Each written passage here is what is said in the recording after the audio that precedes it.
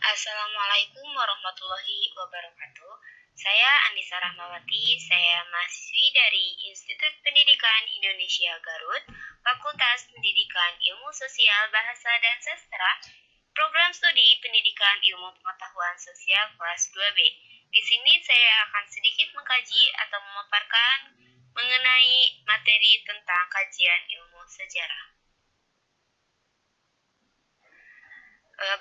Mengenai kajian ilmu sejarah, ada beberapa submateri yang memang akan tersampaikan dalam pemaparan kali ini, yaitu yang pertama, pengertian dari sejarahnya sendiri, yang kedua, ruang lingkup sejarah, yang ketiga, tujuan dan kegunaan ilmu sejarah, yang keempat, yaitu bagaimana perkembangan ilmu sejarah, yang kelima, konsep-konsep ilmu sejarah, dan yang terakhir adalah filsuf-filsuf dalam ilmu sejarah. Lalu pemaparan yang pertama yaitu mengenai pengertian dari sejarah. Secara bahasa atau secara etimologi, itu sejarah itu berasal dari kata sejarotun, yaitu pohon. Maka sejarah ini diartikan sebagai sebuah pertumbuhan, perkembangan dari pohon itu sendiri. Beberapa ahli memberikan definisi yang berbeda-beda terhadap sejarah. Ada yang beranggapan bahwa sejarah itu dihubungkan dengan skema atau silsilah keluarga raja pada dinasti tertentu. Lalu ada juga yang mempunyai maksud bahwa sejarotun yang dikaitkan dengan kehidupan manusia akan mengandung arti bahwa manusia hidup akan terus bergerak, tumbuh seiring berjalannya waktu dan ruang tempat dia berada. Lalu ada beberapa pengertian sejarah menurut para ahli. Yang pertama, menurut Aristoteles, dia menyatakan bahwa sejarah itu berasal dari kata historia yang berarti sesuatu pertelaan sistematis mengenai seperangkat gejala alam, entah susunan kronologi merupakan faktor atau tidak di dalam suatu pertelaan. Pertelaan itu meskipun jarang masih tetap hidup di dalam bahasa Inggris yang disebut natural historia, dan sejarah itu dapat direkonstruksi. Lalu yang kedua yaitu menurut Muhammad Hatta, mengungkapkan arti sejarah di dalam bukunya Pengantar ke Jalan Ilmu Pengetahuan, bahwa sejarah wujudnya memberi pengetahuan pada masa lalu. Ia menggambarkan suatu ideal, tipe, bentuk, rupa dari masa itu bukan gambaran yang dimudahkannya, tetapi supaya tidak kita mengenali rupanya.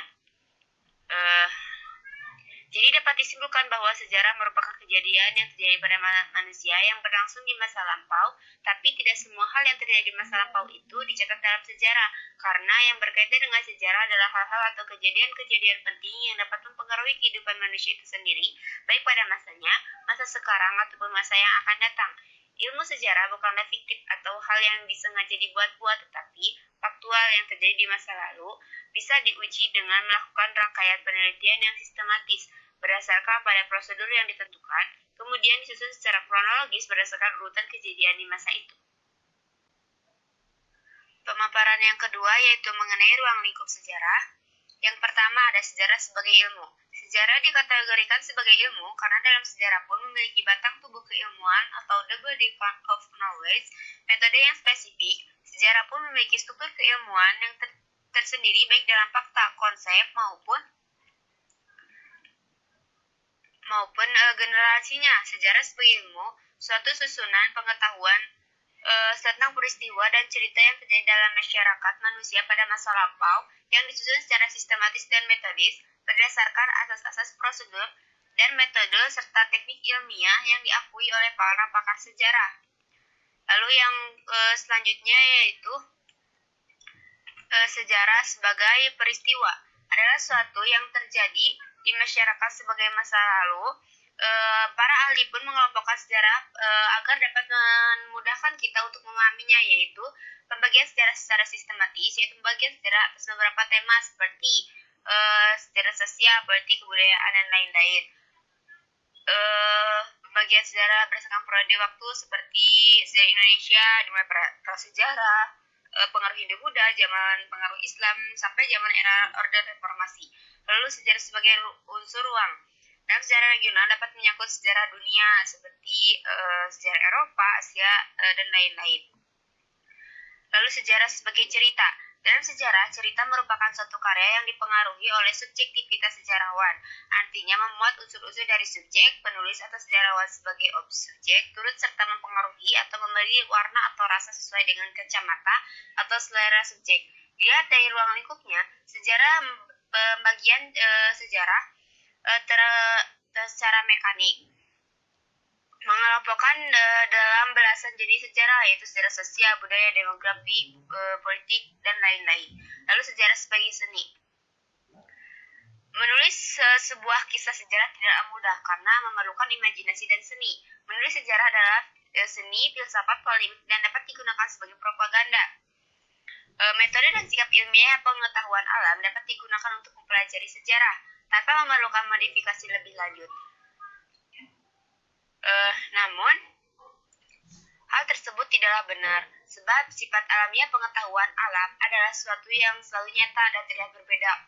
Halnya dengan sejarah yang bersifat abstrak dan tidak mudah menganalisisnya. Oleh karena itu, sejarah adalah pengetahuan tentang rasa, pemahaman, dengan cara imajinatif maupun menjadikan fakta sejarah lebih hidup dan lebih berarti. Lalu yang selanjutnya yaitu mengenai tujuan dari mempelajari sejarah. Yang pertama yaitu untuk membantu memahami identitas diri, keluarga, masyarakat, serta bangsa. Karena dengan kita mempelajari sejarah, kita akan mengetahui bagaimana posisi kita, bagaimana kita tahu posisi keluarga kita, struktur keluarga kita, dan masyarakat di sekitar. Lalu untuk memahami minat pada hal-hal yang terjadi di masa lalu yang memiliki makna. Karena sejatinya bahwa setiap kejadian, setiap peristiwa itu memiliki makna atau kesan tersendiri dalam suatu peristiwanya. Untuk itulah kita dapat bisa mengambil hikmah, kita bisa mengambil pelajaran di setiap kejadian-kejadian sehingga kita bisa melangkah, kita bisa melalui atau menjadikan tolak ukur kejadian di masa lalu itu untuk kita hidup di masa yang akan datang. Lalu yang selanjutnya untuk membantu dan memahami akar budaya serta interrelasinya dengan beragam aspek kehidupan.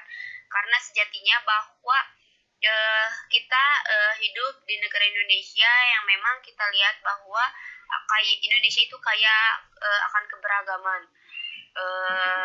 Ada itu yang namanya budaya, hukum, ras, agama, dan lain-lain.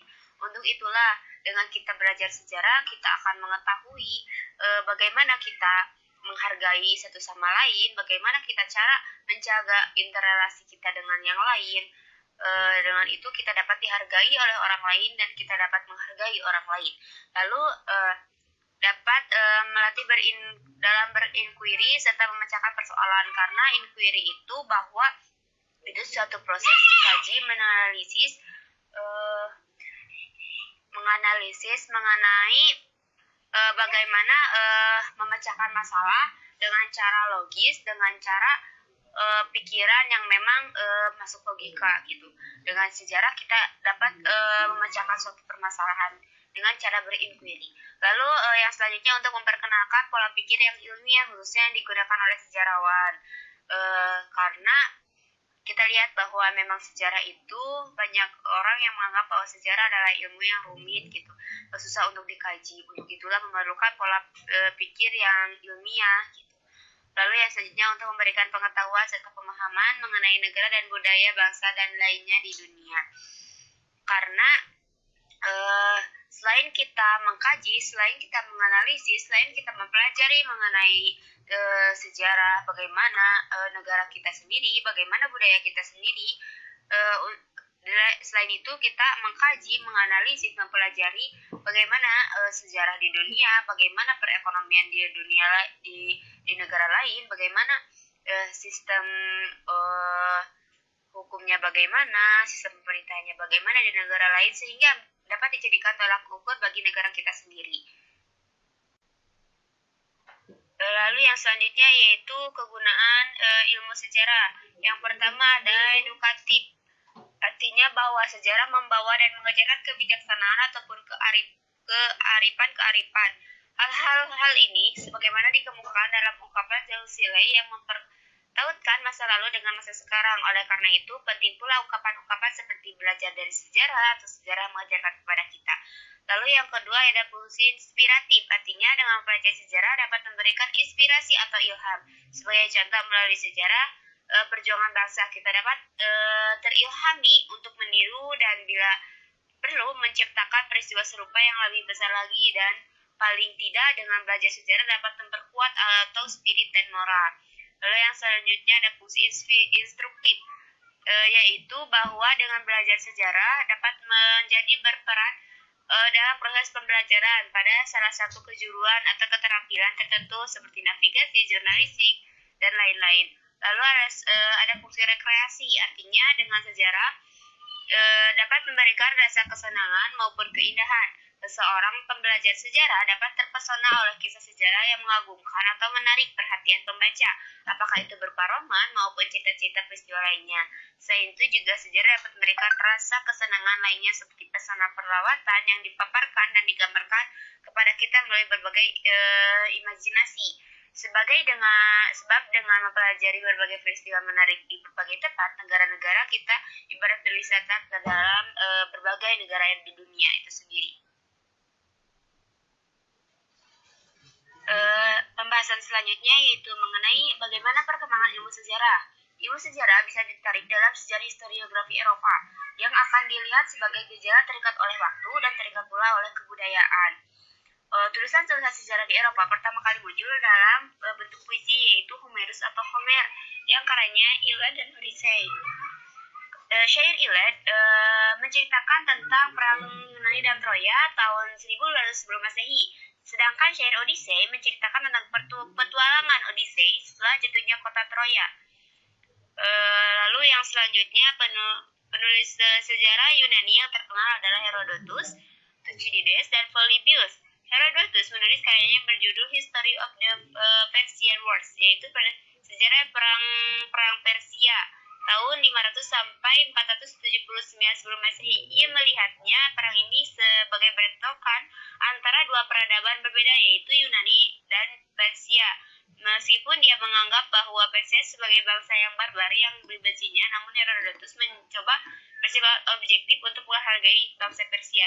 Disinilah kejenihan hati sejarawan Herodotus. Di samping ia berusaha keras untuk melakukan inquiry serta kritis dalam memberi penjelasan yang naturalistik, serta tidak banyak menunjukkan adanya campur tangan para dewa sebagaimana penulis sebelumnya Homerus. Sehingga Herodotus layak untuk disebut sebagai julukan bapak sejarah. Lalu yang selanjutnya ada Thucydides yang menulis tentang The Polynesian War atau Perang Polinesia tahun 431 sampai 404 sebelum Masehi. Merupakan perang saudara antara dua polis, yakni polis Athena dan polis Sparta. Lalu yang selanjutnya ada Polybius. Meskipun dia orang Yunani, tetapi ia banyak dibesarkan di Roma. Polybius lebih dikenal dengan sebagai penulis yang mengkaji tentang perpindahan kekuasaan dari tangan Yunani ke Romawi. Lalu yang selanjutnya ada historiografi Romawi. Pada mulanya masih menggunakan bahasa Yunani, baru kemudian memakai bahasa Latin, tetapi tulisan sejarah Yunani tetap menjadi model rujukan. Lalu yang selanjutnya kemudian pada zaman Kristen awal, seperti tulisan Augustine yang berjudul The City of God, adalah filsafat sejarah Kristen yang bertumbuh pada agama dan supernaturalisme yang tidak dapat dipisahkan. Beberapa penulis lainnya seperti Africanus yang karyanya Chronographia mengisahkan tentang penciptaan yang mengambil dari Yahudi, Yunani, dan Romawi. Lalu sedangkan pada zaman Kristen pertengahan terdapat beberapa nama: Marcus Aurelius Cassiodorus, Procopius, Gregory, atau Bishop Thors, dan Venerable Bede. Lalu yang selanjutnya, selain zaman Kristen awal, ada zaman rasionalisme dan pencerahan, sebagaimana dipelopori oleh René Descartes dari Prancis.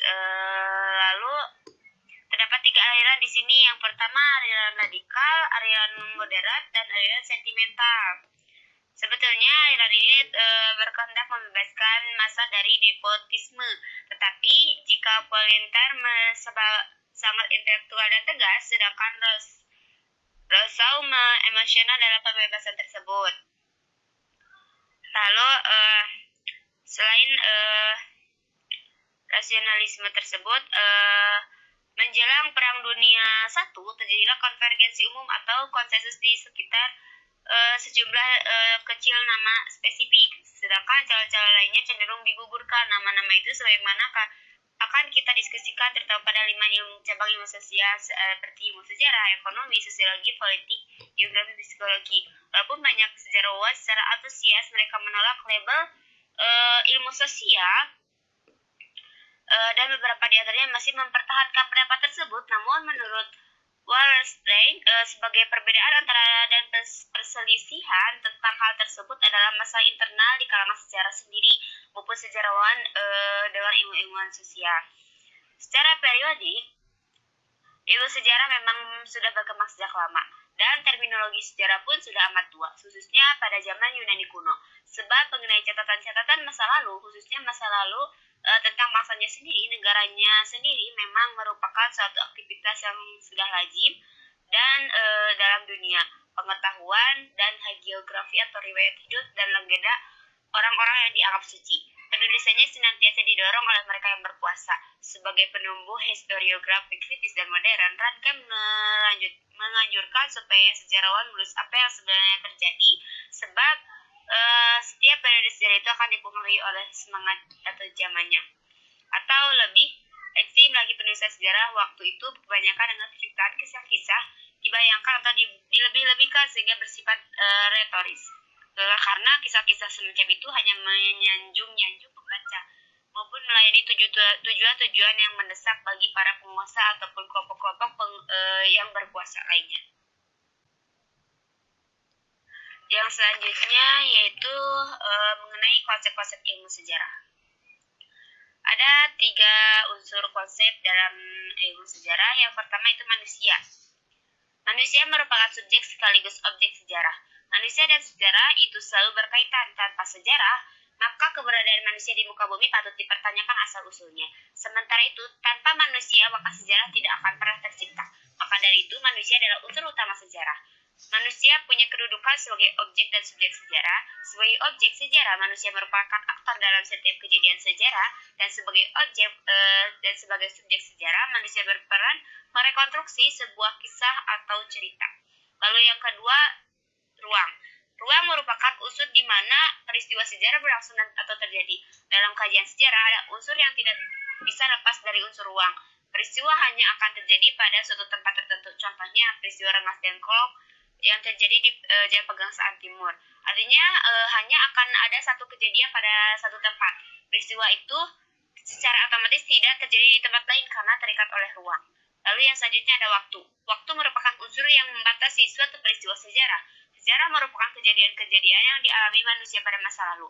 Kejadian ini merupakan bukti bahwa kehidupan manusia tidak dilepaskan dari unsur sejarah, meskipun tidak semua kejadian yang dialami manusia itu maksudnya di masa lalu itu dapat disebut peristiwa sejarah. Hal ini karena peristiwa sejarah hanya terjadi satu kali dan tidak berulang kali. Bila peristiwa terjadi berulang, maka bukan peristiwanya kembali, namun pola-pola peristiwa yang memiliki kesamaan dengan peristiwa pada masa lalu. Pembahasan terakhir yaitu mengenai filsuf-filsuf ilmu sejarah. Sebenarnya dalam sejarah banyak sekali filsuf-filsuf, tetapi di sini saya akan mengambil filsuf-filsuf yang terkenal saja. Filsuf yang pertama yaitu Herodotus. Herodotus merupakan bapak sejarah. Dia lahir dari sebuah keluarga aristokrat di daerah Halikarnassus di barat daya Asia Kecil kira-kira tahun 490 dan 480 sebelum Masehi. Herodotus menghabiskan sebagian besar hidupnya untuk menyelesaikan hasil karyanya, terutama karya tentang perang Parsi yang membutuhkan waktu cukup lama dan penelitiannya. Karya yang telah dihasilkan oleh Herodotus menurut beberapa sumber yang ada terdapat 9 buah buku, tetapi dari beberapa karyanya yang paling terkenal yaitu bukunya yang berjudul The Persian Wars. Herodotus berusaha keras mengumpulkan sumber bagi karyanya yang berjudul Sejarah Perang Parsi dengan melakukan pengembara di berbagai kota. Sikap Herodotus yang cenderung skeptis dan kecerdasannya yang tajam tidak serta-merta menerima berbagai lisan yang ia dapat. Sejarah Perang Parsi karangan Herodotus membuat beberapa bagian antara lain tentang kebangkitan dan kejayaan sejarah Parsi, mengenai Eropa dan peristiwa pertempuran antara Parsi dan Yunani, lalu yang terakhir tentang kemenangan Yunani atas Parsi. Kemampuan dalam mengolah legenda menjadi sains sejarah membuktikan bahwa ia memang pantas menyandang gelar bapak sejarah. Herodotus adalah seorang yang saintifik dan pensejarahnya yang mengandung sekurang-kurangnya 3 daripada 4 ciri pensejarahnya. Modern yaitu bersifat saintifik, menceritakan tentang manusia dan bukan mitos ataupun teoritis, dan akhirnya ia membantu menambahkan pengetahuan manusia tentang manusia. Gelarnya ini juga diperkuat dengan cara yang membuktikan secara langsung di dalam penelitiannya. Dalam penulisan sejarah, Herodotus memiliki beberapa karakter penulisan. Ada beberapa hal yang menjadikan Herodotus berbeda dengan penulisan kisah. Ia mengutarakan sejarah masa lalu daripada menceritakan ulang legenda kuno dengan tujuan memotivasi, memperlihatkan suatu sikap kehati-hatian dalam mencari sumber informasi secara kritis, tidak berlebihan dalam mitologi Yunani kuno. Filsuf yang kedua adalah Georg Wilhelm Friedrich Hegel tahun 1770 sampai 1831. Adalah salah satu filsuf yang cukup gigih mempertahankan hal metafisis. Ia ingin mengembalikan integrasi metafisis itu dari kepingan-kepingannya melalui pemikiran tentang realitas.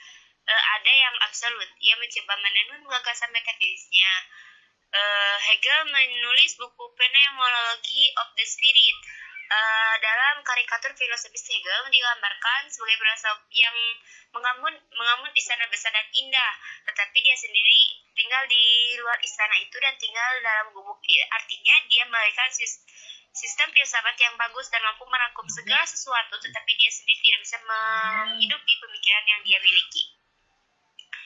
Lalu Hegel mencoba memahami sejarah peradaban manusia. Sistem filsafat Hegel diuraikan dalam 3 tahap. 3 tahap tersebut dipandang sebagai 3 tahap kehidupan yang absolut sendiri. Tahap pertama adalah ide atau tesis, tahap kedua adalah alam atau antitesis, yang ketiga adalah roh atau sintesis. Filsafat Hegel merupakan filsafat yang mengusung suatu pengetahuan realitas yang menyeluruh dalam keutuhannya. Dalam kesatuannya, keutuhan dari realitas dan dinamika itu dikenal dengan terminologi spirit atau roh. Misalnya bahwa Indonesia yang terdiri di atas Jawa, Batak, Madura, Dayak, dan lain. Filsuf yang terakhir adalah Martin Heidegger, adalah salah satu filsuf Jerman yang sangat terkenal yang lahir di kawasan pinggiran daerah Black Forest, Jerman 26 September 1889 dari pasangan Friedrich dan Johannes Heidegger. Pemikiran inti dari Martin Heidegger adalah Being and Time, merupakan buku termasyhur dari Martin Heidegger. Buku tersebut terdiri dari 2 bagian. Bagian satu mencoba memahami manusia melalui interpretasi akal desain yang berada dalam horizon temporalis antara ruang dan waktu yang mempertanyakan keberadaannya. Heidegger dalam Being and Time menyebutkan manusia dalam sebagai desain. Ada di sana, sein sebagai berarti ada, dan da berarti di sana, yakni ada dalam dunia, being in the world. Dunia berbeda dengan bumi. Dunia adalah konsep pemikiran yang berhubungan dengan benda atau manusia lainnya. Sedangkan bumi sebagai kata benda berarti sebuah hal yang diam dan berarti sebuah tempat. Sebagai contoh, dunia artis, dunia kesehatan, dunia perekonomian, dan sebagainya. Hal ini menandakan bahwa dunia desain berada pada temporalis tertentu. Sekian yang dapat saya sampaikan, mudah-mudahan dapat bermanfaat. Mohon maaf apabila ada kesalahan atau pernyataan yang tidak sesuai. Saya tutup pemaparan kali ini dengan suatu peribahasa, yaitu jas merah. Jangan sekali-kali melupakan sejarah. Assalamualaikum warahmatullahi wabarakatuh.